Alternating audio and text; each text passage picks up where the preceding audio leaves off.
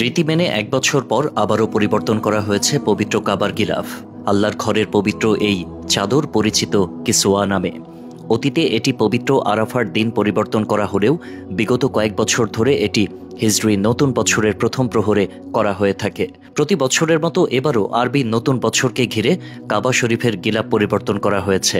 বুধবার স্থানীয় সময় এশার নামাজের পর কাবার গায়ে এই নতুন গিলাফ পরানো হয়। এই গিলাফটি তৈরি করা হয় রেশম ও তুলা দিয়ে এবং তাতে সুশোভিত থাকে কোরআনের আয়াত। ইসলামী নতুন বছরের চাঁদ দেখার সময় এই গিলাফ পরিবর্তনের আনুষ্ঠানিকতা পালন করা হয়।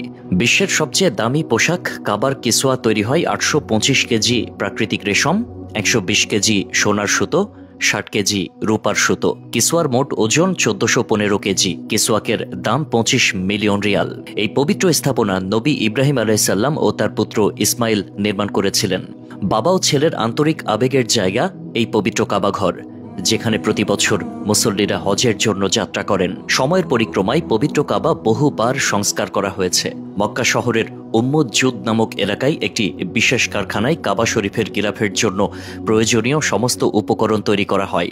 গিলাফ তৈরির কাজে ব্যবহৃত হয় ১২০ কেজি সোনার সুতা, ৭০০ কেজি রেশম সুতা এবং ২৫ কেজি রূপার সুতা। প্রায় ১১ মাস সময় নিয়ে নিখুঁত কারুকার্যে নতুন গিলাফটি তৈরি করা হয়েছে। গিলাফ তৈরির প্রক্রিয়াটি মোট ৭টি ধাপে সম্পন্ন হয়।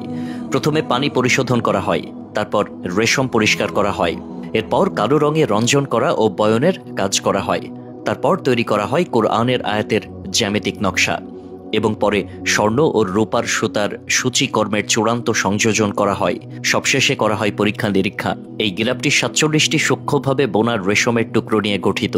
এতে ৬৮টি কোরআনের আয়াত খোদাই করা হয়েছে।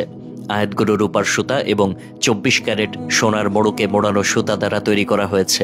নতুন গিলাফটির মোট ওজন প্রায় ১৪১৫ কেজি।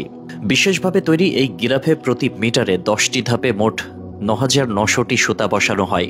গিলাফের বাইরের কালো কাপড়ের ওপর স্বর্ণালঙ্কারিত রেশমের সুতার সাহায্যে দক্ষ কারিগররা ক্যালিগ্রাফি করেন। এরপর ঝার্নিক কালি দিয়ে প্রথমে কাপড়ের ওপর হরফের আউটলাইন তৈরি করা হয়। তারপর কারিগরদের নিপুণ হাতের ছোঁয়ায় হরফের ভেতরে মোটা রেশমের লাইন বসানো হয় এবং স্বর্ণের সুতার সাহায্যে বিশেষ কৌশলে হরফগুলোকে উজ্জ্বল ও প্রাণবন্ত করা হয়। আগের দিন আসরের নামাজের পর পুরনো গিলাফ সরানোর প্রক্রিয়া শুরু হয়। নতুন গিলাফ সৌদি আরবে হিজরি বছরের প্রথম দিন অর্থাৎ পহেলা মহররমের প্রথম প্রহরে কাবার গায়ে স্থাপন করা হয়।